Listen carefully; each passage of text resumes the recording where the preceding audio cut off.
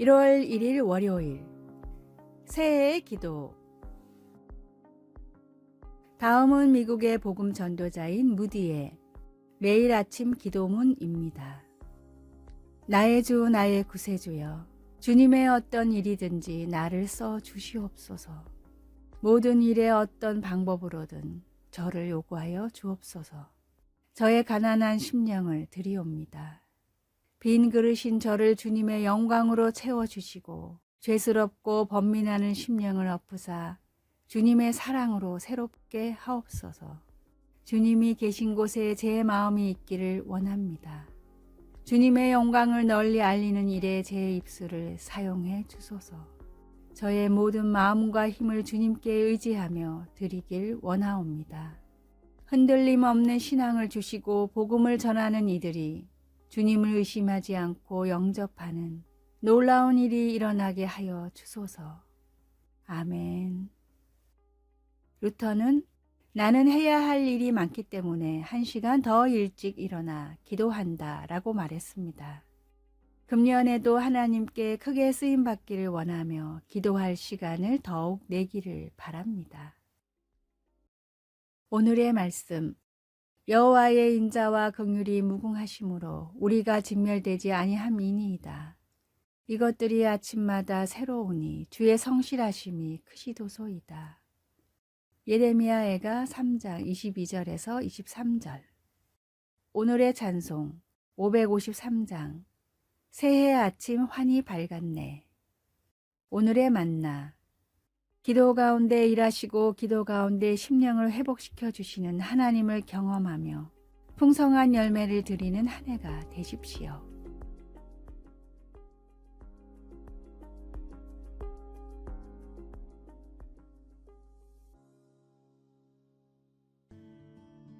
(1월 2일) 화요일. 기뻐하십시오. 키스는 우울한 기분으로 농산물 코너를 터벅터벅 걸어가고 있었습니다. 파킨슨 병의 첫 징후로 그의 손이 떨리고 있었습니다. 언제 병세가 악화될까? 그때 아내와 아이들은 어떻게 받아들일까? 키스의 이런 우울한 생각은 갑자기 들리는 웃음소리로 산산조각 흩어졌습니다. 옆을 보니 어떤 남자가 휠체어에 앉아 키득거리고 있는 소년을 밀고 있었습니다. 아이의 아빠가 몸을 기울여서 무슨 말인가 속삭이자 아이는 웃음을 멈추지 못했습니다. 키스보다 눈에 띄게 건강이 좋지 않았지만 소년과 그의 아버지는 그들이 할 수 있는 한 기쁨을 누리고 있었습니다. 감옥에서나 가택연금 상태에서 재판의 결과를 기다리면서 편지를 쓸 때 바울 사도는 기뻐할 처지가 아니었습니다. 당시 로마 황제는 폭력과 잔악함으로 악명 높은 사악한 네로였기 때문에 바울이 염려하는 것은 당연했습니다. 또한 자신이 없는 틈을 타 본인들의 영광을 얻으려는 설교자들이 있다는 것도 알고 있었습니다. 그들은 바울 사도가 감옥에 있는 동안 그에게 괴로움을 더하게 할 수 있다고 생각했습니다. 그러나 바울은 기뻐하기로 작정하고 빌립보 교인들에게 그의 본을 따르라고 말했습니다. 주 안에서 항상 기뻐하라. 내가 다시 말하노니 기뻐하라. 이 새해를 시작하면서 우리 모두 기뻐하시기 바랍니다. 오늘의 말씀. 주 안에서 항상 기뻐하라. 내가 다시 말하노니 기뻐하라. 빌립보서 4장 4절. 오늘의 찬송 434장. 귀하신 친구 내게 계시니. 오늘의 기도. 제 눈을 들어 제 상황 너머를 바라보게 하소서. 기쁨을 위해 주님만을 바라봅니다. 아멘.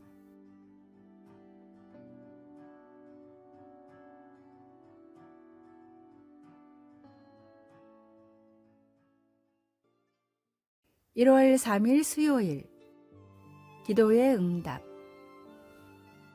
강사로 전 세계를 돌아다니며 1,000만 명이 넘는 청년들에게 복음을 전한 조시 맥도웰은 지독한 해이론자였다가 하나님을 만나 극적으로 회심했습니다. 믿지 않는 사람들과 소심자들의 마음을 누구보다 잘 아는 맥도웰은 수많은 사람들과 상담을 했는데 초심자들이 가장 많이 한 질문은 왜 나에게는 성경과 같은 극적인 기도 응답이 일어나지 않습니까? 였습니다. 맥도웰이 말한 기도 응답이 없을 때 되물어 봐야 할 4가지 질문입니다. 첫째, 바라는 마음만 가지고 구하지 않고 주님께 진실로 요청했는가? 둘째, 예수님처럼 하나님의 뜻에 순종하는 마음으로 요청했는가? 셋째, 정말로 나의 이기적인 동기에서 구한 것이 아닌가? 넷째, 내가 구하는 것보다 더 나은 길로 인도하실지도 모른다는 사실을 믿는가? 하나님의 방법은 사람의 방법과 같지 않습니다. 우리의 생각보다 더 좋은 길로 넘치도록 부어주실 선한 목자이신 주 예수님을 의지하며 금년에는 더욱 주님의 뜻을 따라 온전한 간구를 드리십시오. 오늘의 말씀. 구하여도 받지 못함은 정욕으로 쓰려고 잘못 구하기 때문이라. 야고보서 4장 3절. 오늘의 찬송 361장 기도하는 이 시간. 오늘의 만나. 주님, 바라는 마음만 가지고 구하지 않고 주님께 진실로 요청하게 하소서. 기도 응답이 없을 때 되물어 봐야 할 4가지 질문으로 나를 점검합시다.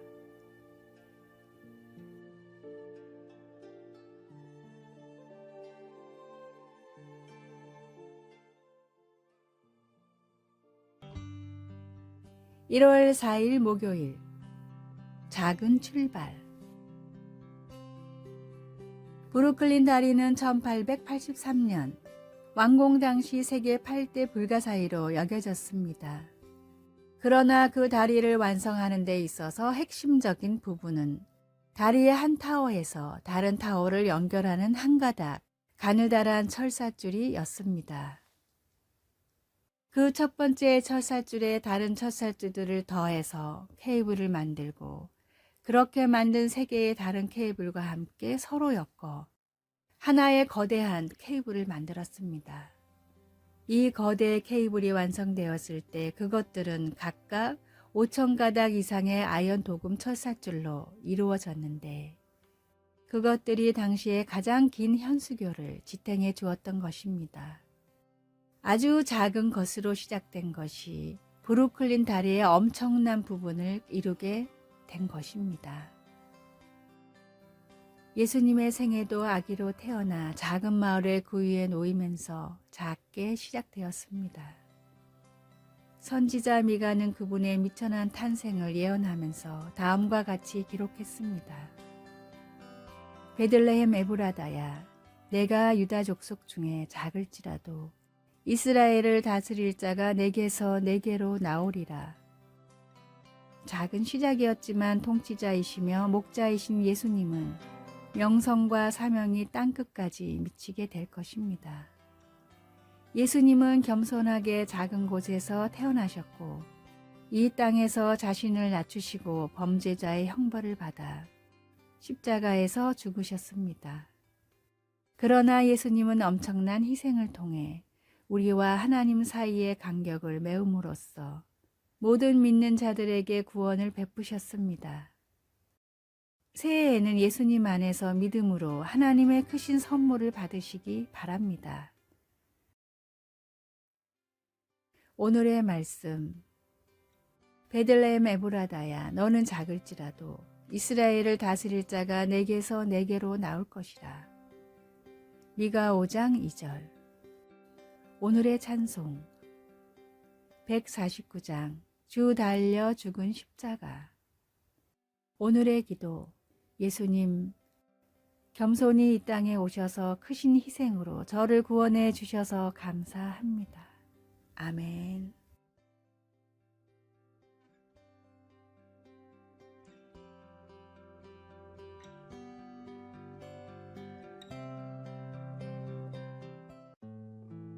(1월 5일) 금요일. 섬김의 기준. 미국 보스턴의 유서 깊은 교회 트리니티 처치의 목회자였고 헬렌 켈러에게 복음을 전한 것으로 유명한 필립 브룩스 목사님은 어디서나 전도를 하며 신방을 통해 복음을 전했습니다. 브룩스 목사님의 친구 중에는 유명한 무신론자가 있었는데 목사님은 그 친구에게 복음을 전하려고 기회가 되는 대로 일정까지 바꿔가며 찾아갔습니다. 건강이 좋지 않음에도 왕성하게 복음을 전하는 목사님을 많은 사람들이 걱정했지만 목사님은 사랑하는 만큼 노력하는 것뿐이라며 전도를 쉬지 않았습니다. 그러나 노년에는 건강이 너무나 악화되어 1인실에서 요양을 하고 어떤 면회도 받지 않았습니다. 목사님을 유일하게 만날 수 있는 사람은 그때도 복음을 믿지 않던 무신론자 친구뿐이었습니다. 하루는 무신론자 친구가 그토록 건강이 좋지 않음에도 왜 나만큼은 만나주는 거야? 라고 묻자 목사님이 웃으며 대답했습니다. 다른 사람들이야 천국에서 웃으며 다시 보겠지만 자네와는 여기서가 마지막일 수도 있으니 최대한 많이 만나야지. 감명을 받은 친구는 결국 예수님을 구주로 영접했고 평생 동안 전도한 목사님의 노력은 마침내 결실을 맺었습니다. 사랑한다면 끊임없이 복음을 전하며 사랑하는 만큼 섬기십시오. 오늘의 말씀. 가라사대 때가 찼고 하나님 나라가 가까웠으니 회개하고 복음을 믿으라 하시더라.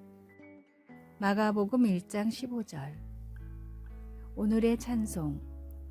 497장 주 예수 넓은 사랑. 오늘의 만나. 주님, 복음의 씨를 열심히 뿌려 더 풍성한 열매를 거두게 해주소서. 복음을 꼭 전해야 할 사람을 찾아 담대히 복음을 전합시다.